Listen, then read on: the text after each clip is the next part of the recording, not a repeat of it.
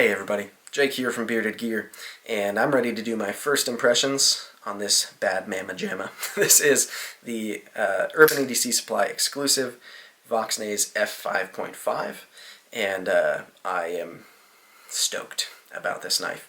To recap real quick, if you didn't watch my unboxing, this knife I didn't even know existed. I hadn't been following UrbanEDCSupply for quite a while, and I didn't even know that they had done a pre-order for these. I didn't know it was coming. I was oblivious to its upcoming existence, right?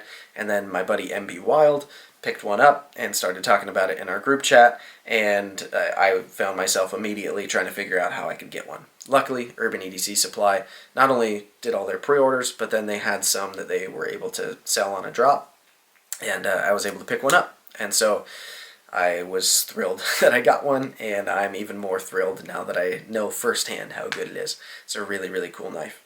It is a Voxnaes design, and basically, the way I understand it, it is a scaled down in terms of size version of his custom F5 model. So the F5 is a knife that I've always thought looked really cool and that I would love to have one of, but on Voxnaes kind of F-series customs, he only does, from what I understand, 25 of each model, and then he never makes more of them, which is really cool if you're one of the people who's got one of those 25, for sure. But I am pretty sure he isn't. I'm pretty sure he's already gone through that run of 25, and that they've all been long sold, and they're probably astronomically expensive when they do pop up now because they're real limited. So this is really like my first shot at that design, if you will. And it's scaled down to a smaller size, but sometimes that when knife designs get scaled down, I find they don't really like fit anymore because the ergos are supposed to work on a bigger knife and certain features are supposed to be bigger, and so just scaling them down without like adapting ratios can be not so good. But this, it's good. It's real good. So these are built by Riat, and Riat is kind of on a hot streak with me personally, and I think with a lot of people. Over the last few years, I've owned and experienced a lot of Riat built knives, and every single one of them has been really, really nice, very well built. They are just dialed in terms of how they build knives over there. If you're one of those people who refuses to buy a Chinese-made knife, so be it. I can respect that. That's fine. I'm not that way. I've done a video on it before, and especially when a Chinese-built knife is attached to a U.S. entity or designer that I really like, those are the ones I'm really after.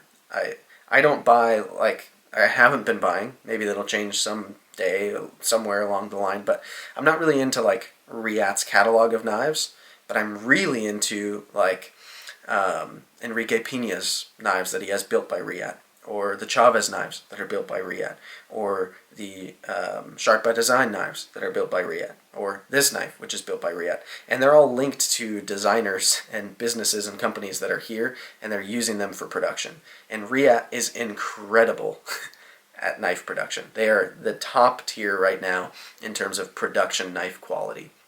So, take that all for what it's worth. I am stoked that this knife was built by Riat because it is better for it. The fit and finish, the action, everything on here is really, really good, and we'll kind of get into some specifics. But that's kind of where we are. So let's talk materials real quick, and then we'll go through where I'm at with it. So blade steel on this guy is M390. They also did a bunch of them in LMAX. I don't know how many of each they did, but the ones that were available on the drop day were M390. There were no LMAX left from what I understand, and that's fine with me. M390 is plenty good. In fact, M390 would be considered the better steel between the two. I like LMAX too, but M390 is great. We've got a nice satin finish. You can kind of see the belt satin on the bevels there. It looks really, really good. We've got a flat up here, hole for deployment. That's the only deployment method. We've got really nice, I believe this hardware is all titanium. In fact, my buddy Ryan from Rimmer Designs has a titanium one of these, and he anodized his backspacer, his screws, his pivot screw, and his clip. So they're all titanium because he has anodized them. I think he even did the liners inside because those are titanium as well. So inside we've got nested liners. Like I just said, they're titanium. It's a liner lock, and it functions really, really well. Right back here, looks like you can see kind of the edge of it. There's a a Vox logo, which is cool, just kind of etched in there. And then the blade steel, let me see if you can see this, is marked right there, which is pretty sweet that it's just kind of tucked in there. There's no billboarding on this blade. Nothing written on it. Love that. And then this version is, of course, as you can see, the natural micarta. It's already soaked up the oils in my hands really well. I feel like it's a really nice, like, kind of caramel color. Just looks great. This was, in my opinion, on this knife and this design, this was the best looking finish, or the best looking handle option. But it also came in OD green micarta, which you can't go wrong with either. I love OD green micarta. And then it also came in a titanium version. So those were the 3 handle versions, and then there were the LMAX ones as well. But this one is natural micarta M390. So yeah, this one's, it's just so good. Let me start by saying I've carried this knife a couple of times now. Usually I try to do my first impressions when I've just carried it like one full day. But in terms of when I've been able to film this, it's been a couple of days now, and I carried it for one whole day. I carried it another time for about a half a day, and then switched for something else that I'm in the process of reviewing, and then a few more times, frankly, it has ended up just like going in my pocket for a little bit around the house or something, and I just, like, I've sat and fidgeted with it on the couch a lot, and it's finding its way into my pockets or hands a lot because I'm enjoying it so much. But before I do the full review, I'll make sure that I've carried it at least a total of like 7 days or something, somewhere in that ballpark at the very least, probably more by the time I get to it, just because, again, I'm enjoying it so much. And I'll also make sure I've done some more cutting with it. So far, in terms of cutting tasks I've done with it, it's just been some of my pretty typical around the house stuff. Opening packages, processing the cardboard for the dumpster. I don't think I've even put it through any zip ties yet. Yeah, I don't think I have. Maybe like some little rubber bands inside of packaging or something, but no zip ties yet. So yeah, pretty light duty stuff so far. Processing the cardboard for the dumpster is probably the most intense thing I've done. That's like the slicing task that I've done with it so far, but that's where I'm coming at experience-wise so far on the knife. So let's talk about my kind of typical 4 things and where I'm at the moment. So we'll talk carry, cutting, ergos, and action, and we'll go from there. So in terms of carry, let's start there. I feel like I usually start with ergos. We're going to switch it up. In terms of carry, you can see we've got a loop over style deep carry pocket clip. It does not go quite all the way to the end. It's fairly close. My preference would definitely be that it would be flush with the end of the knife. That's just something that is important to me. Apparently not to that many other people, because so many knives with deep carry clips don't sit all the way at the end of the knife. It does carry deeper than it would if it wasn't a loop over style clip, so that's good. I do like that the clip is nested down into the scale material. I do wish, if I'm being real nitpicky, that they had countersunk the screws and used like flat screw tops so that there wasn't anything sticking up under the clip. That's my favorite clip style. It's better for it to be perfectly flat under there, objectively. But it's a great clip. There's plenty of clearance under it, in and out of pocket, no issues. It's got plenty of retention. It's a good level of tension on the clip itself. It carries well in terms of the clip. And then it's a really slim knife. It's slimmer than I was expecting it to be, based on the photos I'd seen of it. It's not crazy thin. There's certainly slimmer knives out there, but it's a really slim profile. So yeah, I like the weight. It's fairly lightweight because it's titanium liners. They aren't milled out internally. There's no weight reduction in the liners themselves, but the liners are nested. The liners are nested into the micarta, and it's just a nice construction. It's a thick blade stock, and it's kind of chunky this way, so it's not like featherweight, but it's lighter than I was expecting the knife to be. Yeah, so it carries quite well. I've carried it mostly as a secondary. That whole day that I carried it, it was back left pocket, but I have tucked it into my front right pocket as well, and it's just big enough that for me, honestly, it works as a primary. It's a little on the small end for the knives that I typically carry as a primary, but it's totally doable. And depending on your preferences, I think a lot of people would find this is a totally adequate primary knife. So yeah, good front right pocket, good back left pocket. Carry is good. So yeah, carry. Let's talk action real quick. The action on this knife is excellent. It's built by Riat. It's excellent. All of the Riat built knives that I've ever had, and especially lately, have just been phenomenal. So this one, middle finger flicks like an absolute dream. I can use the kind of meat of my finger, if you will. Kind of see if I can demonstrate. So like this, see my nail isn't tucked in, using the meat of my finger, kind of the pad.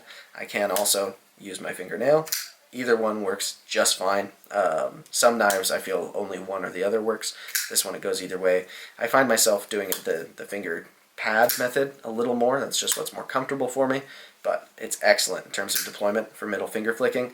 The detent is perfect for it. It is phenomenal. This is one of the best middle finger flicking knives that I've owned. It's just great for it. It can also be thumb flicked because the hole obviously is accessible on this side as well, and it thumb flicks great. It works very, very well for that. So if you're someone who doesn't like to middle finger flick, then you're in luck because that's not the only way to open this knife. It thumb flicks as well as any thumb stud knife that I've owned. It's just great. So action is phenomenal on deployment, and then on closing, it's not like insanely drop shutty, but it's pretty drop shutty. It's dialed quite well.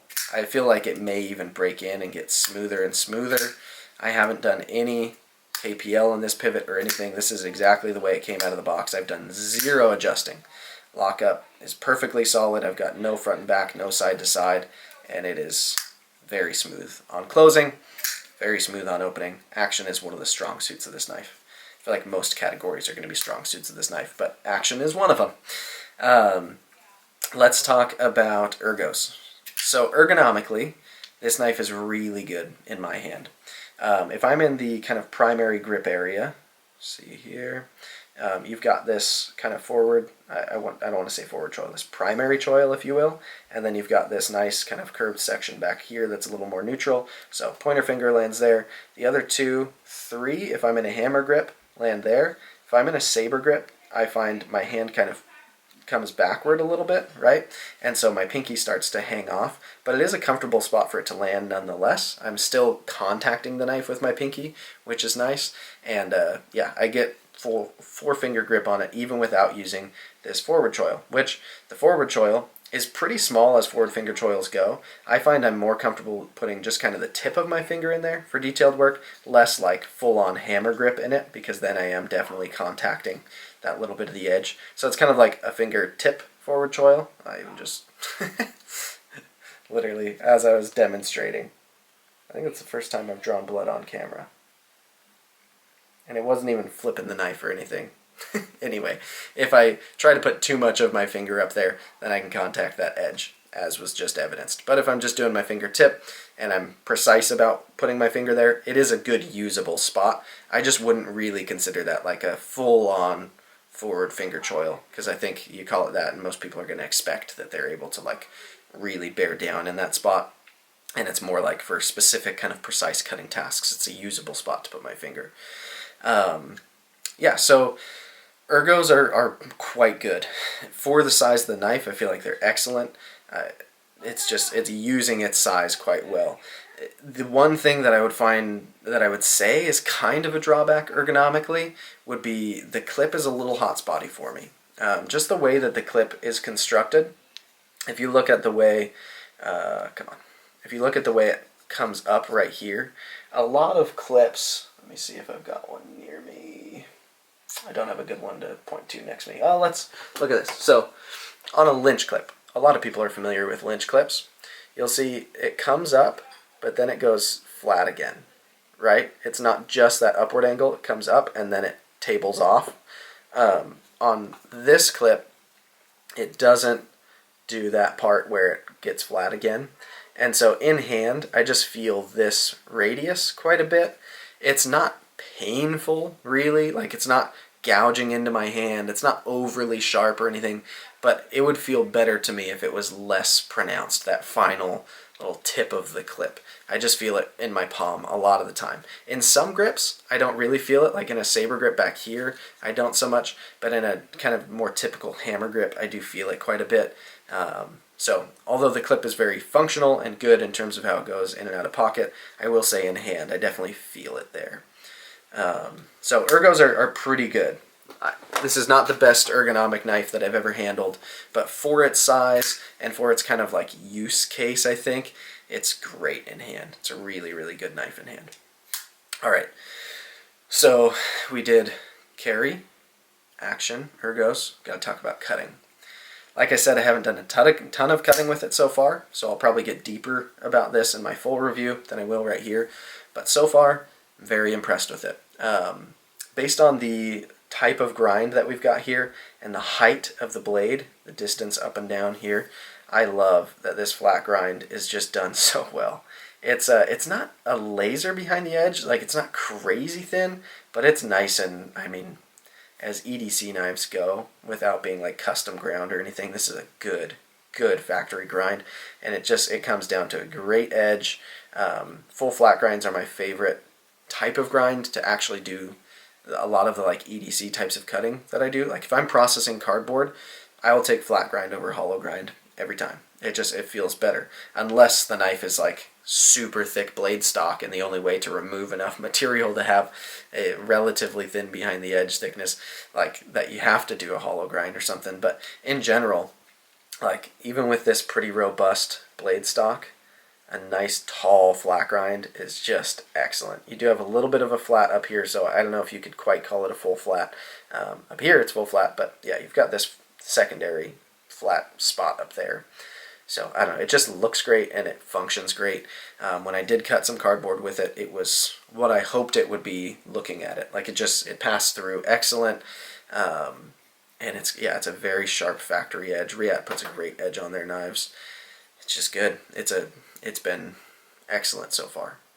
So yeah, I don't know. My first impressions of this guy are just really, really strong. I dig it a lot. And now it's like, I don't know, it makes me want more Voxnaes designs, which I already loved his designs. It makes me more aware, for sure, of what UrbanEDCSupply is up to, because admittedly, I was not really all that aware of them before. I knew that they existed, but I wasn't following them. I wasn't closely watching what was going on there. And if they're doing projects like this, then I need to be, because this is excellent. It's so good. I like this knife a lot. It was interesting that a few people who got these before the end of the year, people who had pre-ordered them, I saw more than one person saying it was their favorite knife of 2020. And like they had just gotten them. And I can see how people got there. This is, like, if I had had this a month or two ago, as of when I'm filming this right now, it would have made it into my top knives of 2020 video. I don't know. I'd have to really think about where it would shake up in that list. I don't know that it would dethrone the Malibu, who won, or if it would surpass the 80-20, but I mean, it's right there. It's a really good knife. It's a lot of fun. So that'll be my first impressions. There's a full review to come soon, but this is the UrbanEDCSupply exclusive Voxnaes F5.5 in natural micarta and M390.